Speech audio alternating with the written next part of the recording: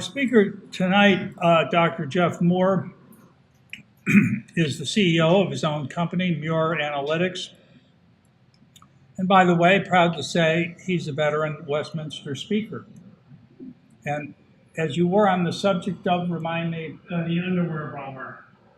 Oh, yeah. The underwear bomber. It might have been 2010, somewhere there. Okay. And his familiarity with acts of terrorism include his presence in the Pentagon on 9/11 when the plane hit. Jeff received his PhD in Thai counterinsurgency strategies and tactics from the University of Exeter in the UK in 2011. He has a BA in political science and MA in US history with a concentration in military affairs.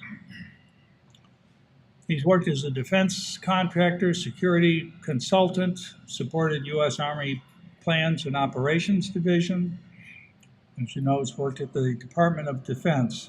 He's published many articles. Since we're starting 5 minutes late, I'm going to not mention them, but I will talk about a couple of his books. He's the author of Spies for Nimitz, Joint Military Intelligence in the Pacific War. In fact, Jeff brought a copy tonight, and you kindly signed it. And also, his more recent book, The Thai Way of Counterinsurgency. So please join me tonight in welcoming our speaker on the subject of the evolution of Islamic insurgency in Asia. Jeff. Thanks for having me. Can everybody hear me? Am I coming through okay? Yeah. Excellent. Okay, good. So this is a very data-heavy presentation, which means I could stand up here for a week and nobody wants that. So what we're going to do is we're going to fly through a lot of the data points. Most of the time I'm giving talks to military and intelligence type personnel and some corporations that are out there in the hinterlands that are having businesses in troubled areas and whatnot. So that's typically how my presentations are set up. And the data points ultimately support the broader conclusions. But again, we're gonna run through a lot of the data points and skip over some of that and concentrate on the main conclusions. Mainly, we're going to talk about what's going on in Southeast Asia. There are Islamist jihadist issues in East Asia, mainly China with their Uyghur issues and whatnot. But we're going to concentrate on Southeast Asia because that is where the bulwark of ISIS activities are at the moment. And this is just checking the map. These are the main countries we're going to talk about. We're not going to talk about Singapore. We just don't have enough time. But we will mention Singapore in a bullet point, right? I used to live in Vietnam, Thailand, and Singapore, and I've been to most of these other countries. And so has Mei Li. She's a subject matter expert on this as well. She helped edit these slides with content and some other suggestions. She did a great job on this. So we'll put up some broad trends up front. ISIS in Southeast Asia has taken off like wildfire, and these are recent trends. There are certain things happening in Southeast Asia where we're closing up certain trends and new ones are starting to open up, and we'll cover that in just a moment. Islamist jihadism has never conquered any country in Southeast Asia because there are so many moderates there. They just reject it wholeheartedly. But the radicals are beginning to push back and get some traction there. ISIS's main goal is to co-opt existing insurgencies, and there are quite a few. We'll talk about these, and or harness Islamism. That would be the mentality of Ikhwan, for example, in Egypt, the Muslim Brotherhood. That kind of ideology is gaining some traction in Southeast Asia, and again, ISIS would love to co-opt it.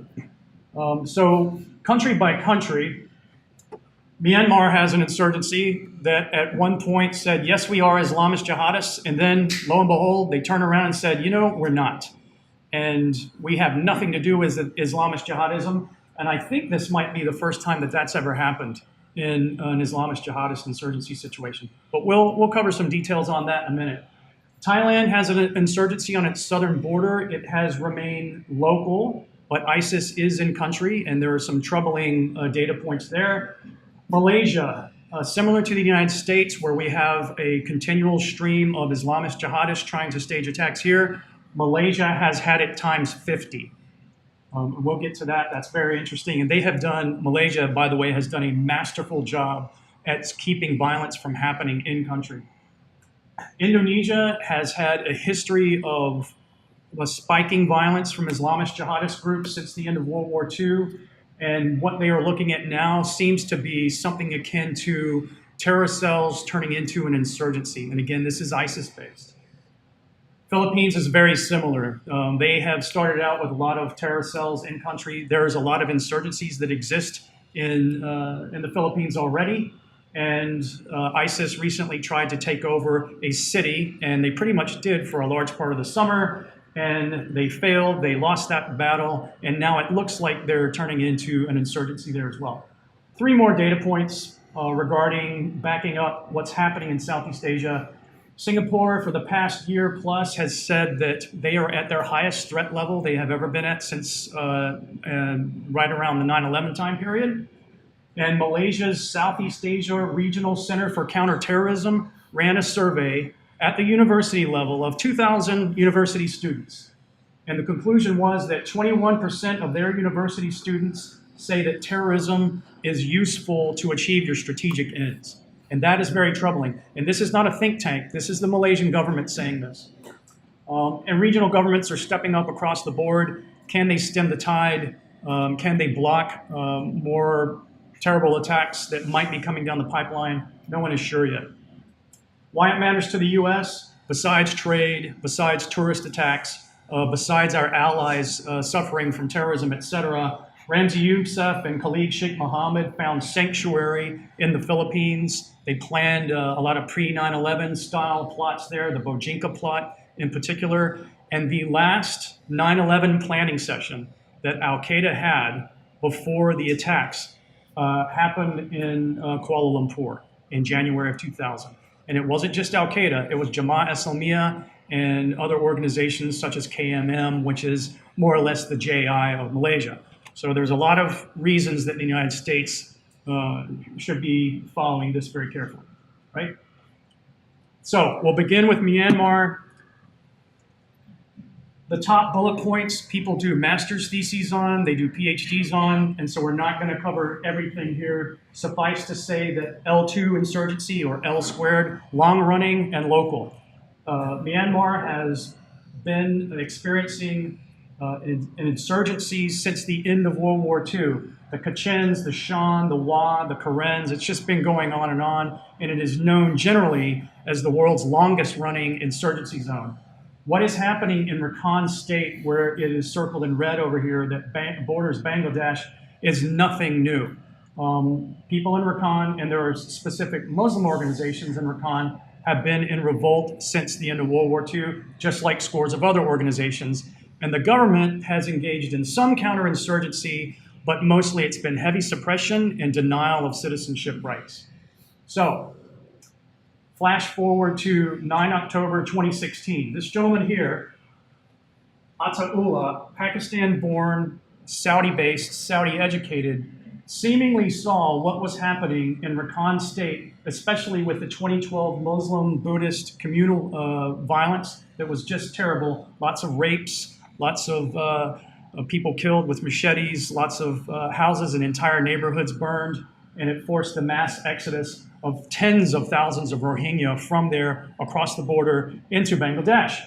This gentleman saw what was going on, and it seems like he figured that a good dose of Islamist jihadism of the ISIS brand would help the people in Rakhine, would help that revolt and stabilize it and push off the government.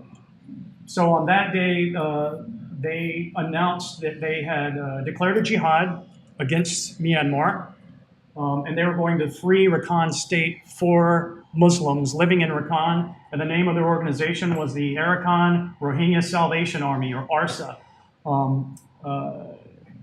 The name of the state now is Rakhine, but it used to be called Arakan. And so that war kicked on and moved on, and there were lots of battles between the government and ARSA, and the Myanmar government moved in with tens of thousands of troops and has been accused of mass genocide by the UN. The technical term was the Myanmar army has moved into Rakhine State with genocidal intent. The Myanmar government has also denied citizenship of most people in Rakhine and has referred to them as Bengalis, which is more or less a racial slur in this context. So, the war moved forward, and then in August 2017, ARSA attacked 30 government targets at one time. There were hundreds of people involved in these attacks. ARSA came out on the losing end of those battles, most of them anyway. Oddly, however, they abducted and executed 131 Hindu civilians, which is something that they hadn't done before, in an apparent or supposed plot to try to help ethnically cleanse or religiously cleanse Rakhine State.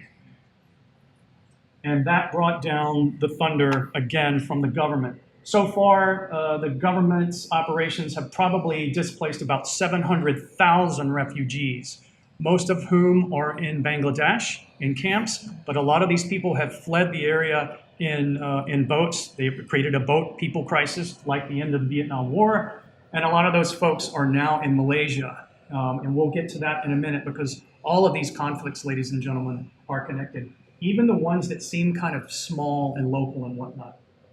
So this was phase 1 to phase 2. We are Islamists. Phase 3, lo and behold, we are not Islamist jihadists. They issued a statement on 14 September 2017, complete turnaround. They rejected Islamist jihadism.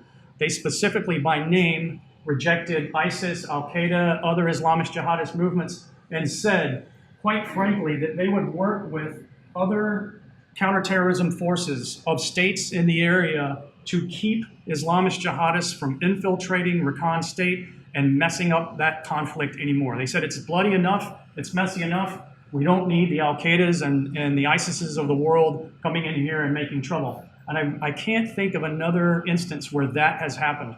There are some Islamist jihadist movements in the Philippines that have said that the JI-type movements in ISIS have gone too far. And even during the battle for Merawi, which we'll talk about, you had groups like the Moral Islamic Liberation Front escorting civilians to safety through ISIS lines. So Southeast Asia can be a little bit of a mixed bag. You can have some people kind of being Islamist jihadists sometimes, and then they'll back away from it. But again, this is the first time I've ever seen anybody commit to Islamist jihad with the videos and the songs and the ISIS salute, the whole 9 yards, and then completely back away from it. So that's where we are at the moment. In the past 2 years, we've seen Al-Qaeda, ISIS, the Bangladeshi JMB, all provide verbal and moral support to the Rohingya issue, to ARSA specifically. We've had violence. We've had people in these different areas, Indonesia, Bangladesh, there was a bomb, and this gentleman, Abdul Artan, who attacked the Ohio State University campus with his vehicle, they have all said we're doing this for the Rohingya people. And after this statement on 14 September 2017, can they still do that? So that's the big what if. What do we do now? What do we watch for now? Phase 4, the data points suggest trouble, but the statement that ARSA released signifies everybody drop it, leave us alone.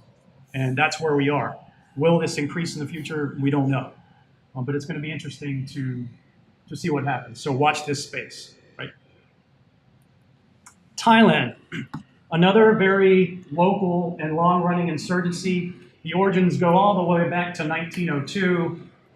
They've had scores of rebel groups there trying to win some kind of autonomy for this southern border region of the 4 provinces, Songkhla, Pattani, Narathiwat, Yala, and they have some sanctuary across the border in Malaysia. Well, the modern version of the insurgency here really picked up in 1975, and the Thai government, through classic counterinsurgency strategies, defeated it in 1998. Plus, the Malaysian government collapsed on the rebel camps in northern Malaysia, and the movement pretty much dried up. Flash forward to 2004, however, this would be phase 2. A group of people attacked several police and military bases. They slit the throats of a lot of the Buddhist soldiers, and they told the Muslim soldiers, you need to vacate the Thai army and join us because we are starting a jihad. And that they did. They even wrote a guidebook on it called Fight for the Liberation of Patani, spelled with 1 T. That's the traditional spelling of it. There are scores of groups all fighting the Thai government in this area. The main one that the government has heralded as the main insurgent group there is called the Barisan Revolusi Nasional, which is Malay for more or less the National Liberation Front, the BRN. They have, since 2004, made heavy use of terrorist tactics. There used to be about 300 assassination operations every year. That didn't mean that 300 people were killed in every single operation, but that meant that that many assassinations were mobilized against civilians, the police, military, every year for several years. More than 100 bombings a year, anywhere between 25 and 50 raids a year, a light infantry attack, for example, on a police post, or 25 to 50 ambushes a year. In the 2005, 6, 7 time period, outside of Iraq, there were more IEDs going off in southern Thailand than anywhere else in the world. They've got their mess together and they know what they're doing, and they are forced to be reckoned with. They've also engaged in scores of beheadings and a lot of post-mortem body mutilation. On occasion, they'll shoot someone, and as they're dying in the car, they'll set them on fire. They do that to teachers quite a bit. And they've done some other pretty disgusting things that we won't get into, but there's a lot of anger and dehumanization in this particular movement. So this was phase 2. Oh, by the way, the Thai and regional experts are always looking for Jamaat Islamiyah or Al-Qaeda or some other type group that is trying to infiltrate this particular movement. So far, the scuttlebutt is that the Southern insurgency wants to remain small and southern. They might find inspiration in Islamist jihad, global Islamist jihad, but apparently they don't want any of these groups coming in and controlling what they do. They are fighting for their own Patani Sultanate that should exist between Thailand and Malaysia proper. So that apparently they have, again, rejected JI and Al-Qaeda and ISIS and all that. A few notes on what's happened recently in this insurgency. The government has enacted very effective counterinsurgency strategies to the point that in 2010, there were around 2,000 plus attacks. And in 2017, they had reduced that to just under 500. That's pretty strong. That's pretty important, number one. Number two, Mara Patani, which is an administrative organization that represents the insurgents in peace talks with the Thai government, has been very frustrated because they have gotten no traction whatsoever. There was a previous Thai administration that said, you know, we can talk about autonomy, we might give you autonomy, we'll see about autonomy, et cetera, et cetera. The new government in Thailand has said, absolutely no way, no how. You can stop fighting and we can have peace and development and have a more robust economy and all those kinds of things, but we're just not going to let you separate, because if we let you separate, then we've got to talk to the remnants of the red shirt movement up in the north and the northeast, and we don't want to do that. Thailand will stay whole. So since 2004, the insurgents have made no progress whatsoever. They have forced a lot of Buddhists out of the region, but other than that, that's it. So up pops this audacious cell of terrorists. They are youngsters, and it's not clear if they're operating on their own or if they are operating at the behest of their BRN betters, their commanders. But they have engaged in some things that we hadn't seen before earlier in the conflict. March 2016, they took over a hospital. They didn't kill the nurses or the doctors, but they went in with heavy weapons and used it as a firing platform to inundate a nearby paramilitary camp with heavy fire, M60s, heavy machine guns, assault rifle fire, and all that kind of thing.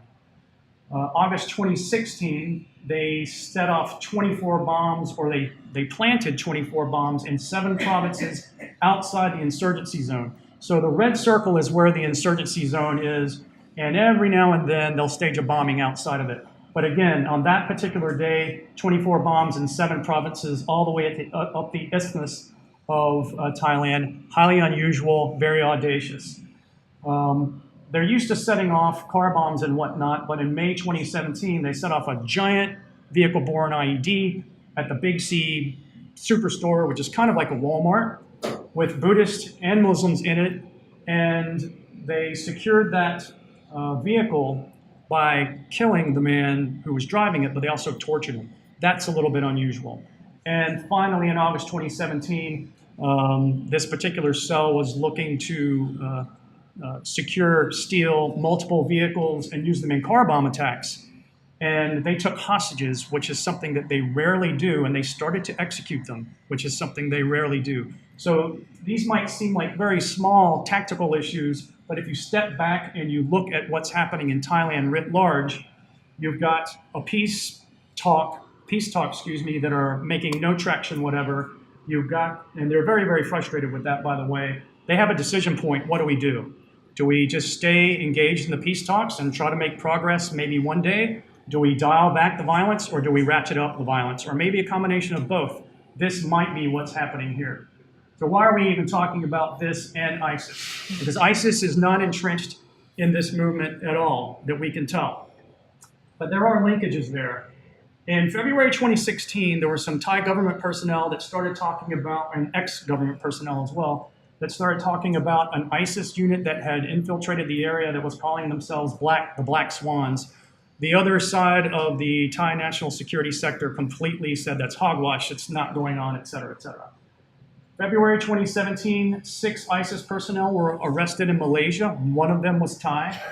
March 2017, an ISIS a weapons smuggling ring from southern Thailand into Malaysia was busted. And in February 2018, the Thai government said it was watching 50 websites that had ISIS Southern Thai insurgency linkages to it. They're not happy about that at all. They're not fearful that ISIS is going to take over this movement. Nobody is. But the linkages are troubling and they merit watching. Because again, you've got a very frustrated command of the insurgency. Peace talks are getting nowhere. What happens next? ISIS is in the area. It doesn't look good. So that might be a phase 4. Lack of traction might open the door for ISIS. Maybe a splinter group might form.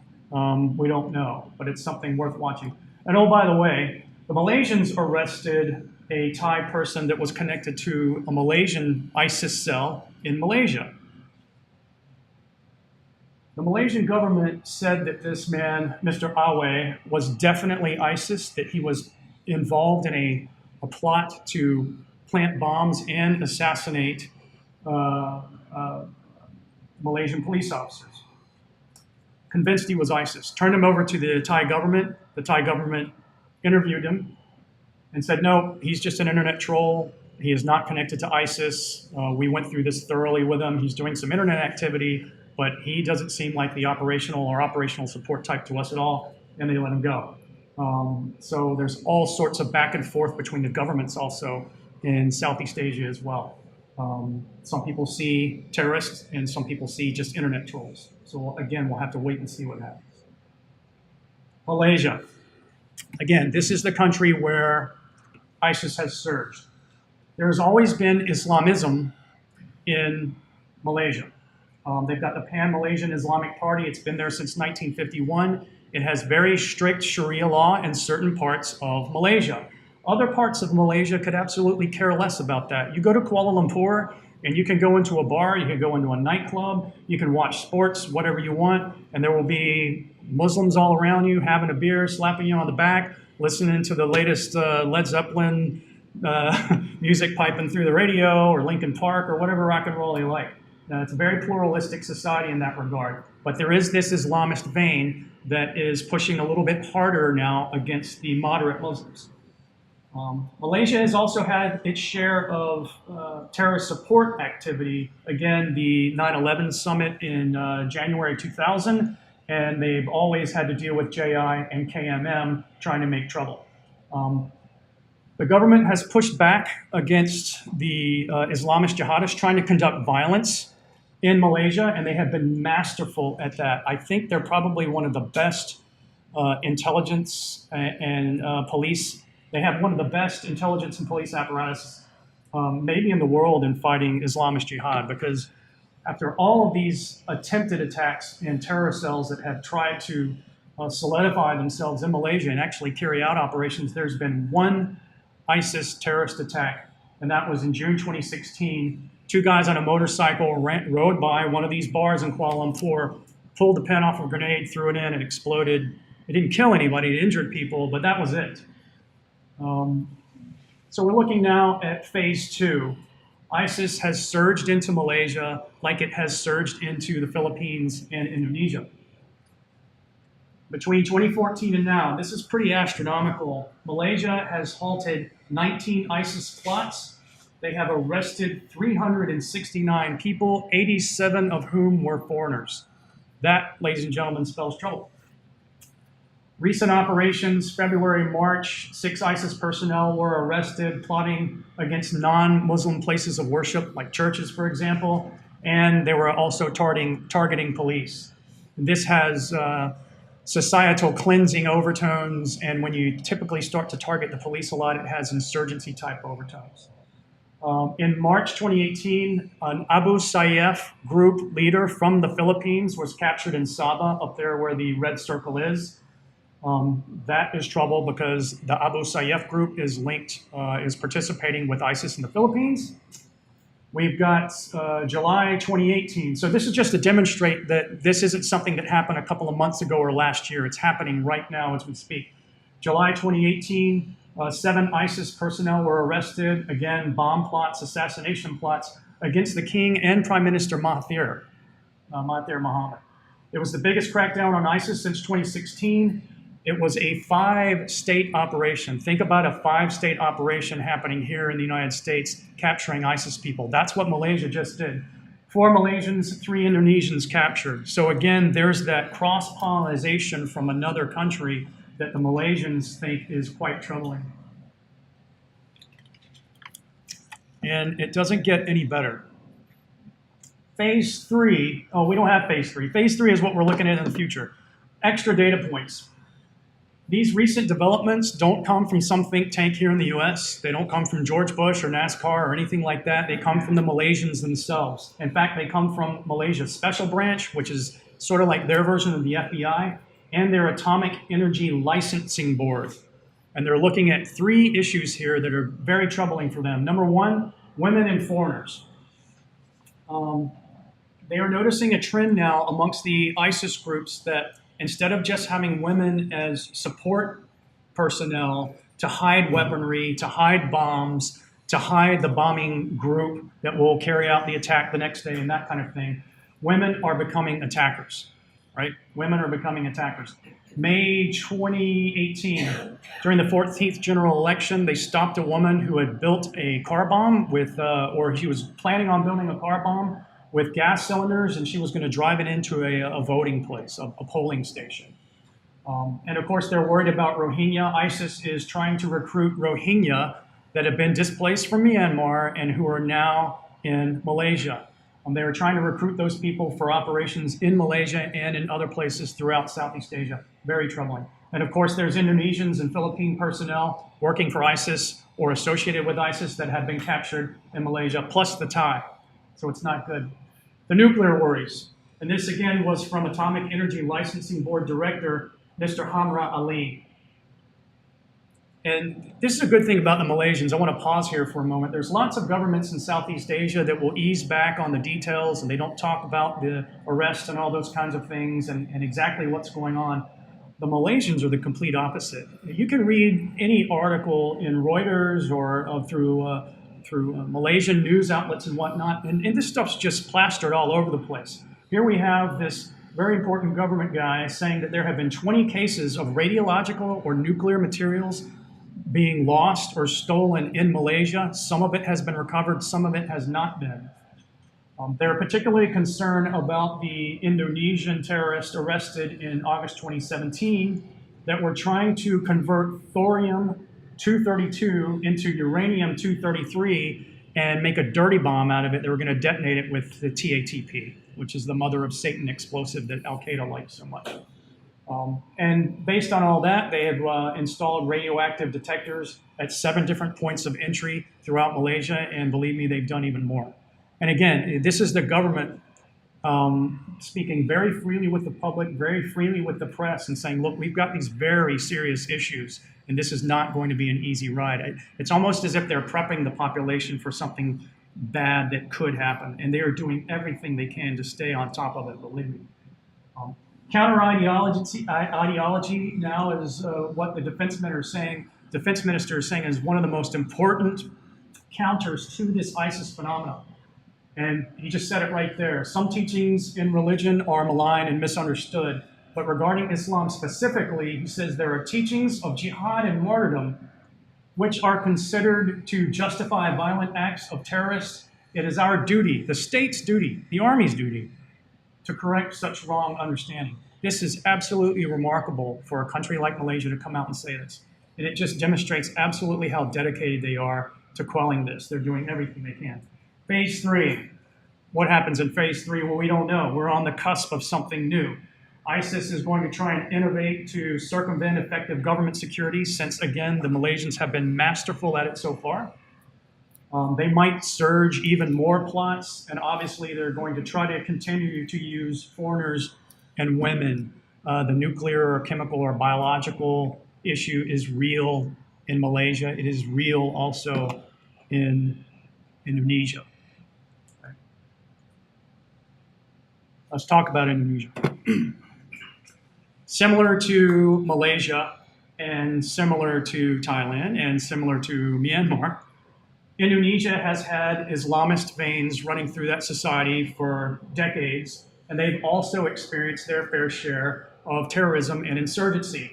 Darul Islam is one of the core groups that tried to start the original Islamic State in Indonesia way back in 1949. By the 50s, they had about 15,000 fighters.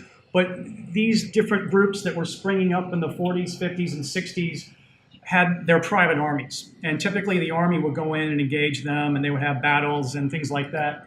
And the army would be pretty heavy-handed in its counterinsurgency. It wasn't all heavy suppression, but they did their best, and they've been able to keep these movements at a minimum until the 90s, when Jamaat Islamiyah popped up. Jamaat Islamiyah was the Southeast Asian version, still is the Southeast Asian version of Al-Qaeda. Its heyday was typically in the area, in the time period between 9/11 and 2005. They engaged in scores of different types of bombings against tourist targets and government targets. In 2003, however, the Indonesian government launched Densus 88, or Task Force 88. It is a crack counterterrorism squad. They don't just specialize in door kicking and hostage rescue and serving warrants and things like that. They're also very good at surveillance and other types of police tactics to infiltrate society, try to pinpoint where those Islamist jihadists are operating and try to bring them to justice and put them in jail if they can, because they also want to interrogate them. JI was reduced, not defeated, by 2005. And there were scores of other splinter organizations that just popped up all over the place between then and now. Phase 2, as these different terror splinter groups were trying to regenerate a JI-type movement in Indonesia, and they were not terribly successful. They staged attacks, but they couldn't make it grow properly. Islamism has gained a lot of traction in Indonesia. The Islamic Defenders Front is the Ikhwan, or Muslim Brotherhood, more or less, of Indonesia. Been around since '98, but it's become much more aggressive and engaged in some political violence as of late. These are all pictures of the FPI, the Islamic Defenders Front, in protest, very loud and rowdy protest in Indonesia. And if you'll notice that they have uniforms and they have their own flags, but they're also flying the ISIS flag. That's quite brazen. And when you pretend to be the Brotherhood, etc., you can't step out too far out, so you can't color outside the lines too much. These people just don't care. And they're saying, hey, we're loud, we're here, we're Islamist jihadists, and we're ready to get it on, and they are. There's another area of Indonesia, Aceh, up here in the left-hand corner where the red circle is.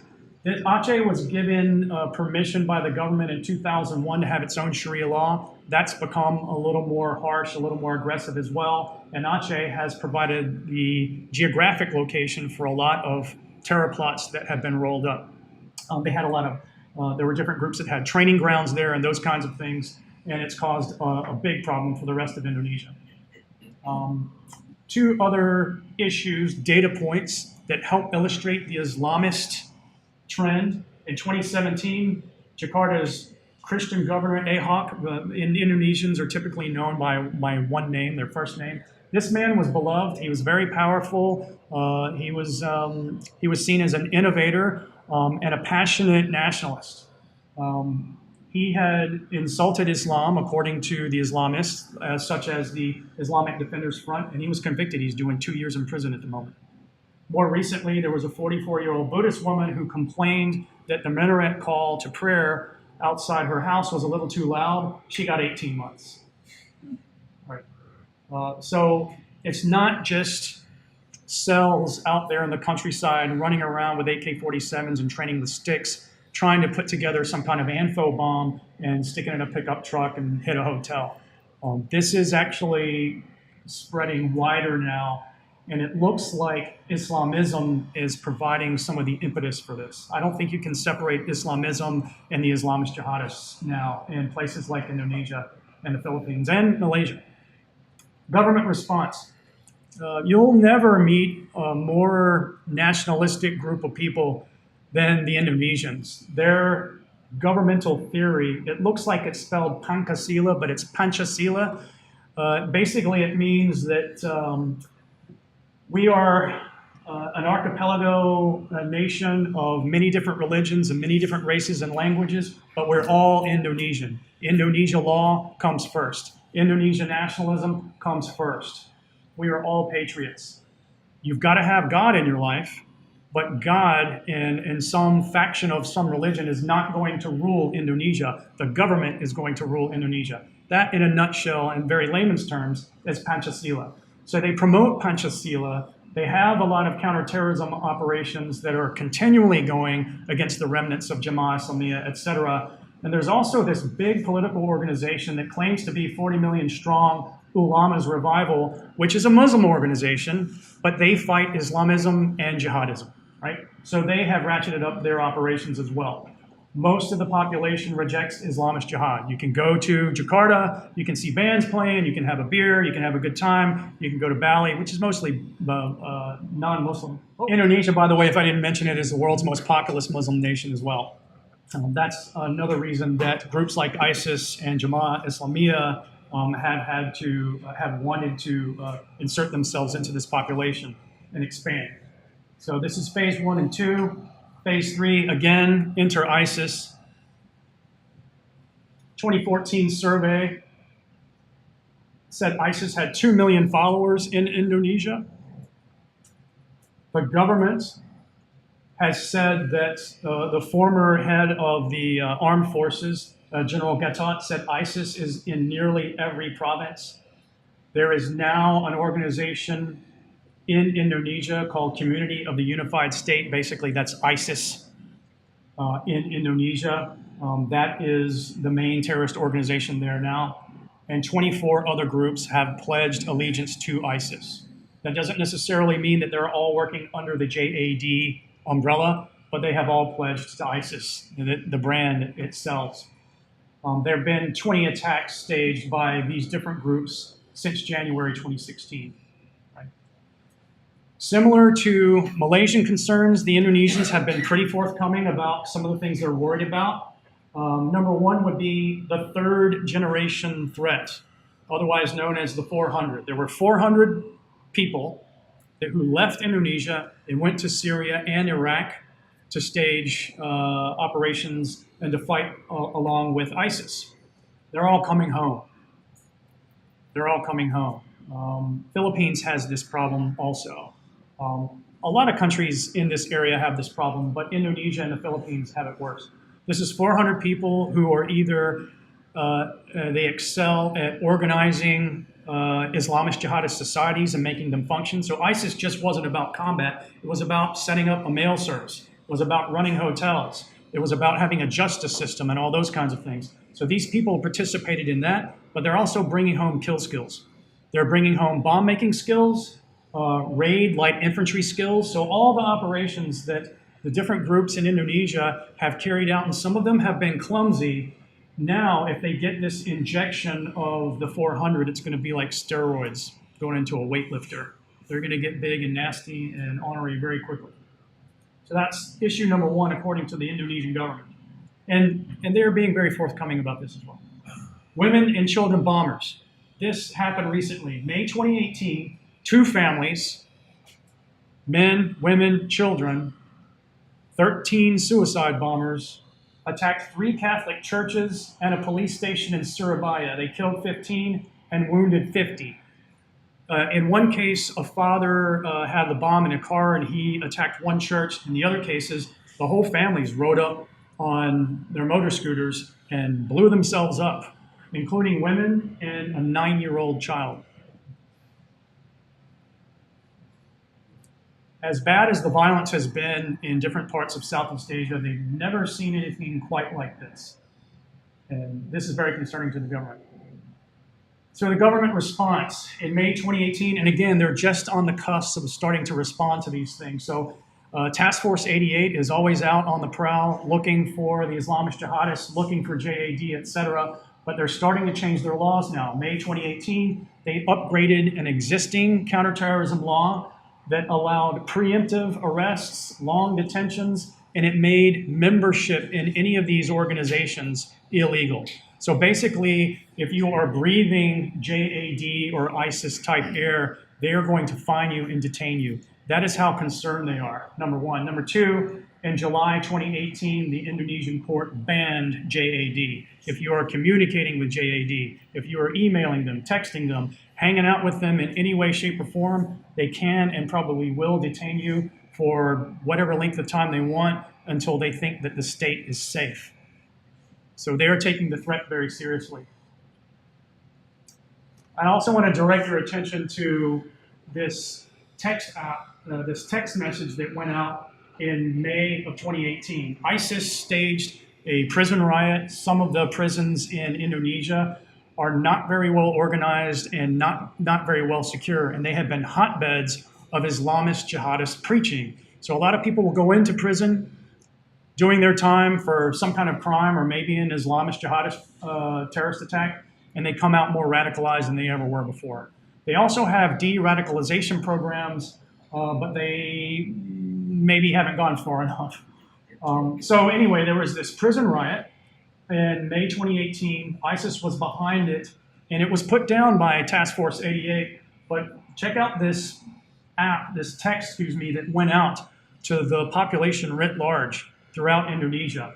Support your cities, burn the assets of the non-believers, apostates, they're hypocrites. If you are a Muslim and you call somebody a hypocrite or a munafiq, it is the worst insult you can pay anybody, because it means essentially you're a pretend Muslim, you're a fake Muslim, and that's the worst thing you could ever be. You are now excommunicated from the Ummah, the Muslim community, and you're set up for the kill.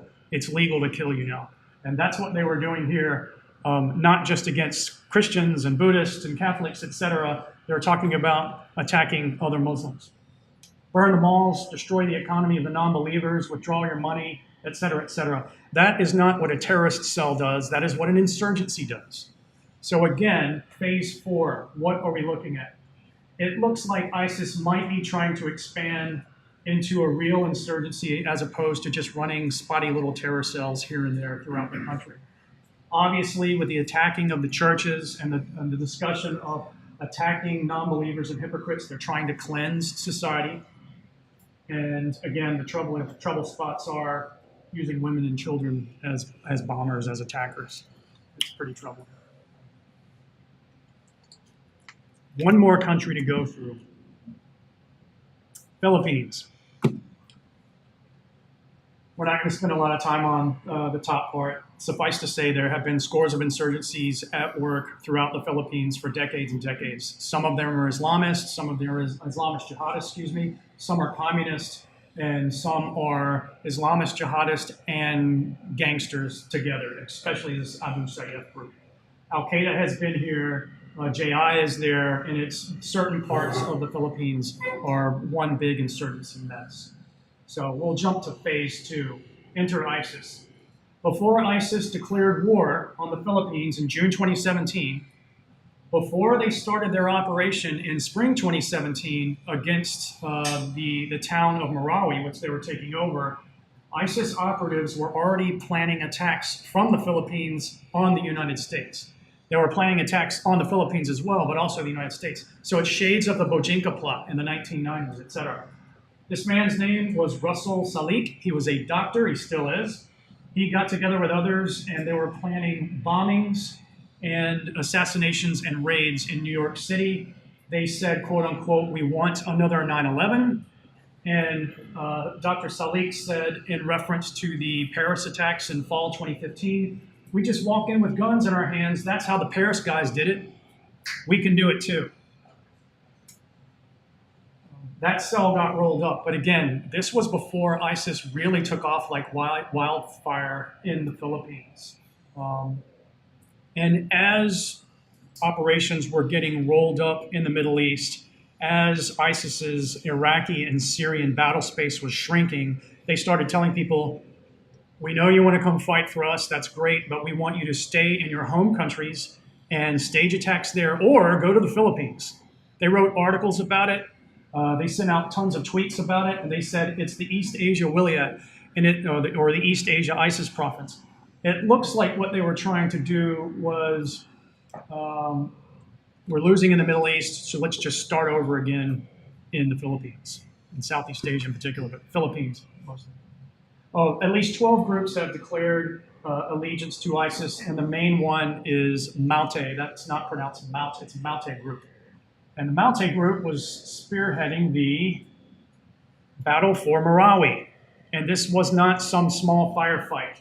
It went from May to almost to the end of October 2017. It was the biggest urban battle Southeast Asia had seen since the Vietnam War. Now, the Philippine troops that went in and tried to take back Merawi from the insurgents, from the terrorists, initially tried to just kind of wait a lot of people out. But there were a lot of murders, a lot of executions, and they decided they had to go in. That was one phase of the operation. Another phase was they were trying to reduce the amount of heavy ordnance that they used. They didn't want to bomb the city into the oblivion. They didn't want to get out with their machine guns and shoot up different buildings. They wanted the city to exist once the battle was done, and that really didn't happen. Ultimately, the house-to-house fighting was so bad, they had to call in artillery, helicopter gunships, and they even had some jet aircraft putting tactical air support on certain buildings there. Merawi now is a shadow of its former self, and the whole place needs to be rebuilt. 168 armed forces of the Philippines killed. Most of those were army troops. 1,400 wounded. Just under 1,000 ISIS killed. Not many taken prisoner. 12 wounded. And the statistics on these issues will change a little bit as we learn more about what happened in Merawi, but those are the current statistics. 87 civilians killed, seems a little low for the destruction. Go home, Google Merawi battle for, and the city is just decimated. 1.1 million people displaced. So, like what's going on in the other Southeast Asian countries, we're on the cusp of a wave. Which way does this wave break? The next is what? There have been 3 operations this summer that were pronounced, 3 different terrorist operations that ISIS conducted post-Merawi. Most of them were small bombs, etc.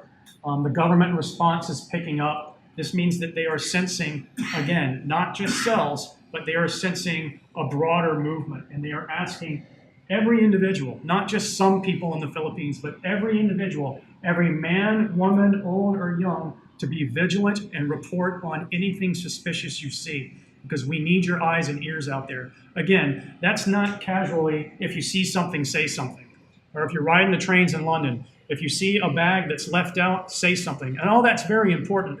But here we have the Armed Forces of the Philippines spokesperson telling the whole country, everybody, ears up, eyes up, you gotta be on the lookout because these people mean business. And just because we took Merawi back doesn't mean the battle's over. So phase 3, what happens here? Because there are so many different insurgent groups in the Philippines and there are lots of unstable areas, it could be that ISIS could come in and try to form its own insurgency and try to co-opt all those different groups. That is something that is in their playbook. That would be number 1. Number 2, phase 3 could also be that they follow the Abu Sayyaf group model. And again, the Abu Sayyaf group is part criminal because they kidnap people, they do a lot of smuggling, they do apparently a lot of drug smuggling, and they do a lot of kidnap for ransom, and they do cut a lot of people's heads off. They're a very nasty group, but they also proclaim to be Islam's jihadists. But there's only a couple of hundred of them. At one point, they were down to about 100 people. Now they might have about 400 people. They've been around since 1991, and no government operation has been able to stamp them out. Why is that? Again, they're in a big area that is very jungle and mountainous-like. They've got a lot of sanctuary, and quite frankly, they have the help and support of a lot of the people, a lot of the civilians in the area where they operate from. That is very difficult to knock out. So it could be that ISIS starts to follow the ASG model because they've got longevity. That works. They might be able to get in there and do that. Regardless, they're all going to try to take advantage of the existing insurgency environment. Will the Moral Islamic Liberation Front and the National Moral Liberation Front side with the government and go against the Islamist jihadists? We don't know yet. Again, we're on the crest of a wave, and it's very hard to read the tea leaves here. But one thing is for sure, ISIS is in Southeast Asia. It is there to stay. It is there to fight, and the governments are definitely stepping up. But all the strategic changes that we're talking about here tonight, they're happening right now. It's fascinating from a national security perspective, but hopefully worse things don't come of all this. Hopefully the governments are able to step up and really clamp down on this, but we just don't know. So in summary, my summary is very small. It used to be big. I thought it was bigger. Big picture, again, ISIS has surged into Southeast Asia. That's very clear. And there's a legacy issue for the United States. There are plots in Southeast Asia that have spilled over onto the United States. Geography, ISIS is engaged in regional operations, not just little local operations. They're interested in the whole enchilada. Very difficult for them to operate in places like Vietnam, probably not too easy for them to operate in Laos. But back in the post 9/11 period, we had Al-Qaeda infiltrate into Cambodia. So it's possible that they could stage operations in some of these other places. Personnel, the big issues is, again, ISIS returning from the Middle East, coming home, bringing kill skills, and this mass of Rohingya refugees that are angry as can be. They're displaced from their homeland. They're not treated as citizens. They're ripe for the picking for ISIS. Strategic shift from terror cells to insurgency looks like we're on the cusp of that. We can't be sure, but in the next 6 to 8 months are going to be very telling. Tactically, audaciousness, women, children used as bombers, and then the NVC issue. Again, the Malaysian government, they didn't pull any punches. They said, we're worried about this. We're worried about it happening here. We're worried about it happening in Indonesia as well. So a mass casualty attack, all the governments here agree. It could happen just about at any time. Again, to wrap it all up, the governments are stepping up their operations. They're doing the best they can. I think that if the masterful, and again, I can't, that word is very pertinent. It's very justified in this particular case. If Malaysia can keep up its counterterrorism techniques that they have been maintaining for several years now, they might be able to clamp down on this, but they're going to have to probably double their workforce and double their efforts. And I would say the same for the rest of Southeast Asia. Counterinsurgency type solutions seem to be on the up and up. They're putting a little more emphasis on fighting the ideology, which is excellent. They have to do that. Otherwise, ISIS is just going to start cranking people out. It's never going to stop. We've been fighting these people since 9/11, and we haven't really been able to crack this nut. And in Southeast Asia, you might see a lot of innovation in this regard. I hope so. And everybody's worried about circumvention. It just takes one 9/11 style attack to happen in any of these countries, and the world will change yet again, right? So with that, I hope I didn't burn your ears out. Lots of data points. Lots of data points. I hope I didn't go too fast, but again, you don't want me standing up here for a whole week. So, yes.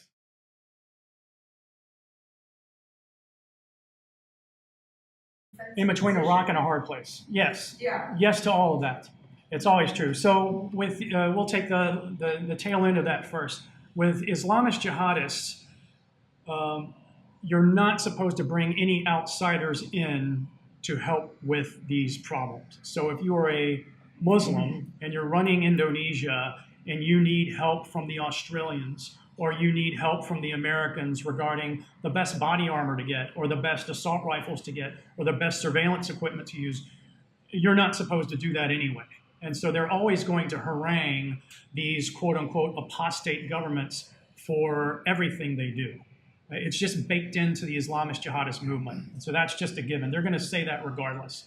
That would be number one. Number two, the United States and Australia and New Zealand and the UK and scores of other countries have been helping the Indonesians, Philippines, and the Thai for quite some time on this. If these governments want a lot of help and it's justified under whatever administration, you'll see that help surge. But they're typically not going to write a whole bunch of articles on it and have a big ceremony in front of the White House and say, we just gave Task Force 88 in Indonesia, $80 million worth of surveillance equipment. They might publish a little bit on it, but more or less it's going to be a bit more quiet.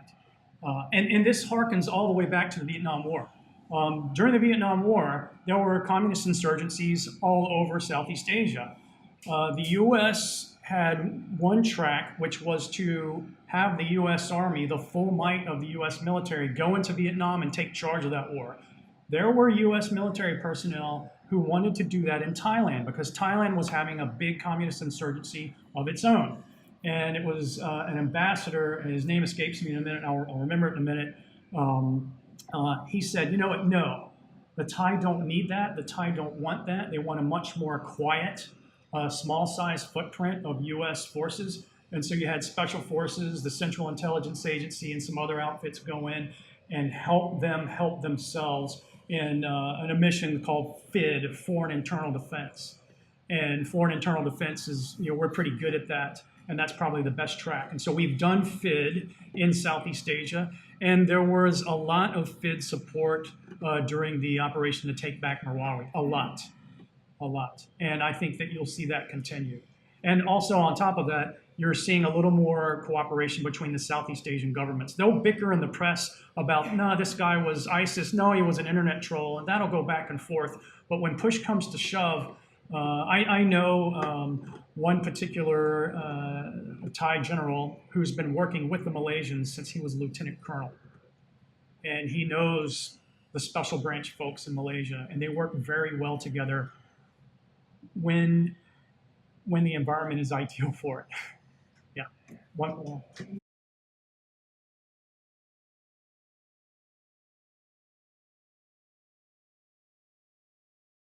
Oh, right.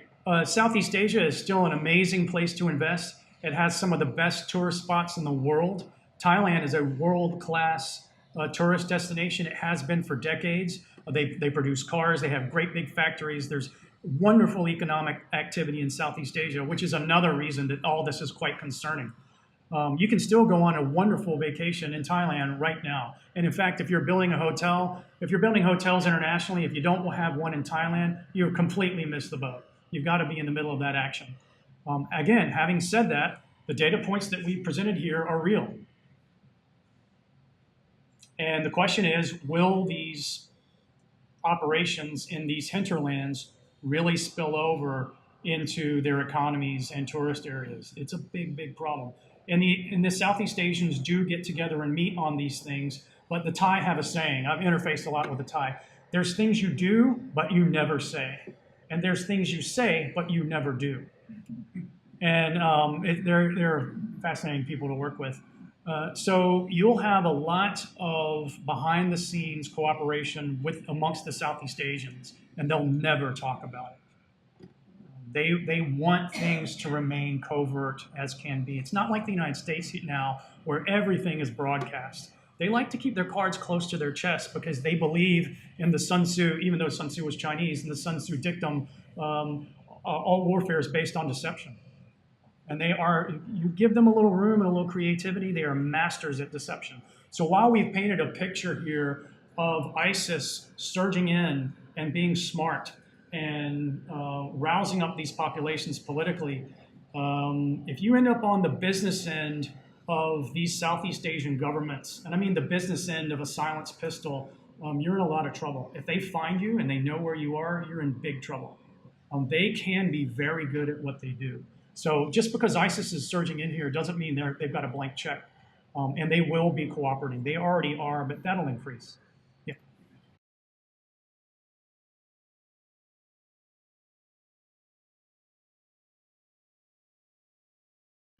That is not my specific area. I know someone, Selena Rialu, who taught at National Defense. She's the expert in that. You might ping her on LinkedIn.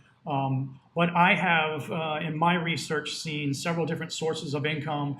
The Thai insurgents, for example, are engaged in a lot of weapons smuggling, even away from their movement, and a lot of drug smuggling. The drug smuggling in Southeast Asia is big, big business. And so is illegal logging. You might have some corrupt politicians or police or military in many countries in Southeast Asia allow illegal logging. So that kind of thing helps out as well. I know in southern Thailand and in the Philippines, you've had the Islamist jihadist twist zakat, which is one of the 5 pillars of Islam, charity. And they will take zakat funding and put it right back into Islamist jihadist organizations and operations. And there is funding coming in from the Middle East as well. And they've got to dry that up. But none of these operations would be able to take place without money. And now, we have to wonder, is the Islamic Defenders Front and groups like that in Southeast Asia, are they providing funding for ISIS and JAD? And if they are found doing that, they're going to have a hard time with Task Force 88 and the rest of the Indonesian government. Because we're coming to kind of you're either going to be this kind of country or that kind of country sort of situation seems to be building up. Will it actually come to that? Don't know. But in the next 6 to 8 months, that'll be very telling. Yes?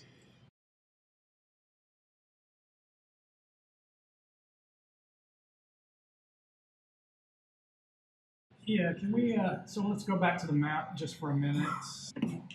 Excellent question. I'm going to step away and point to the map just a little bit.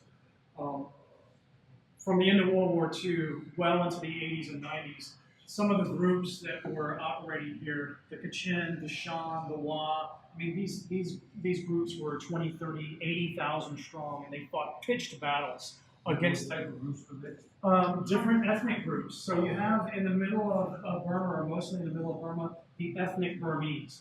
The people who live here are mostly ethnic Kachin. Now, if you don't know anything about Southeast Asia and you're standing back looking at all these people, they're going to look like Southeast Asians. So the Burmese, to the Kachin, to the Shan, to the Wa, to the Karen, they are all very different people. And these different states have always wanted to maintain their unique identity, and they didn't necessarily want to come under the control of the central government, the Burmese. And the Rakhine, the Rohingya there, are no different from any of these other groups that have been in revolt for decades, right? So from 47 to 2012, roughly, there have been 9 different Rohingya Muslim organizations that have revolted against the government. And the same thing can be said. Right now, there's Shan State Army North, there's Shan State Army South. The Karens have subsided most of their operations. Up in the north, you've got the KIA, the Kachin Independence Organization. That's the army that they use. And then you have the Kachin Independence Organization. I think that's what it's called. It's more of a political group. So this has been going on in Myanmar for decades. That would be the big background of it.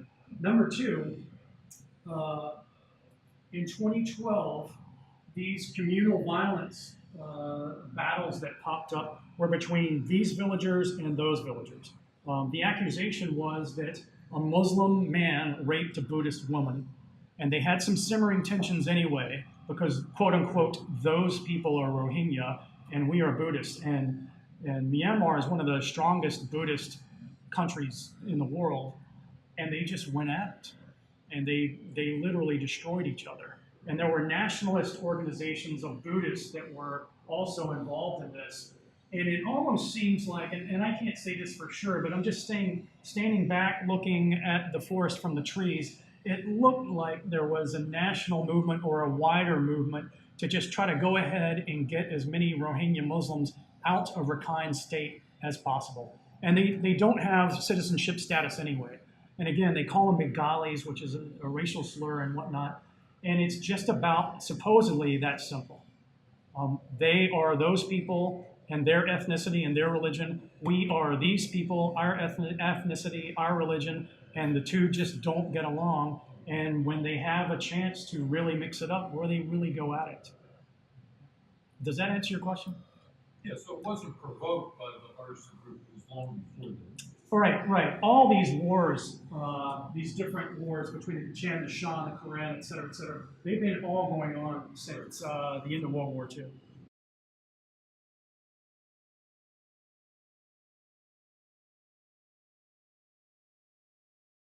Yeah, and people have done master's theses, and there's lots of doctorates on that as well. I can tell you that from my research for my second book, The Thai Way of Counterinsurgency, in broad terms, in the 1970s, specifically in the late 70s, Iran's Ayatollah Khomeini, his brand of Muslim revolution started catching on all around the world. And it had a particular impact in Malaysia and in southern Thailand. And that's just the Southeast Asian view. But it was having an impact on the rest of the world as well. And that is when the Saudis created a counter movement because they did not want the Shia brand of Islamic revolution to become popular and used by the world, especially by the Ummah, the global community of Muslims writ large. So they created a counter movement and started to spread it all over the world. And that is one of the ways that Wahhabi Islam, and by the way, they don't call it Wahhabism. To them, a Wahhab's a man, and if you use the term Wahhabism, it's an insult. They use a different term, and I can't remember the Arabic term. No, it's the English term for it is Unitarian. They see themselves as a Unitarian movement in Islam, and I'll remember it. Muwahideen, I think it's called the Muwahideen movement. So that movement started to infiltrate the world, and it made a splash in different parts of Southeast Asia. What you can see in I'll get it right this time. In Indonesia, let's see here. The Wahhab version of Islam predated the Ayatollah's movement and predated the Wahhab movement. They had some of this fervor early on. So it's been there for a long time, but it didn't really catch wildfire until the 1970s.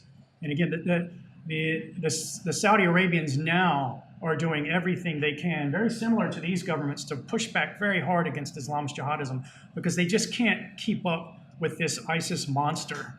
And the ISIS monster has also brought in the Iranians into the Arabian Peninsula, which is heresy. They're not just in Iraq, they're not just in Syria, they're in Yemen. You know? So geographically, Saudi is now surrounded by the water on the Iranian side, but surrounded in land. You know, the Iranian agents of influence are all over the place. And I think they've come to realize that the harder they hammer Wahhabism, the more it just stirs things up and it weakens the peninsula, it weakens the Saudi base, and it's done them a major disservice. And so they're kind of backing off of that now. But there's people in southern Thailand that talk about, oh yeah, the Wahhabi movement, it started coming in the 70s. It wasn't that popular, but in the late 1990s and the early 2000s, it really started to creep in. Right? And in fact, were you ready to roll? Are we done? Yeah, we're a little over. We're running late. Okay. So, yeah. Go ahead if you have. No, I was going to say in Thailand, if we could go here, where are we? The guidebook, Fight for the Liberation of Patani, was written 2 years before the revolt started, and it was written by a Malaysian. So you see a lot of carpet laying regarding ideology well before these fights ever start and take off. And it's done on purpose. It's like a political campaign. Think of a presidential political campaign in America. The last one, I mean, it was just chaos. That's what's going on with these movements, and it's nonstop. It's literally a fight for the heart and soul of Southeast Asia. Great, thank you so much.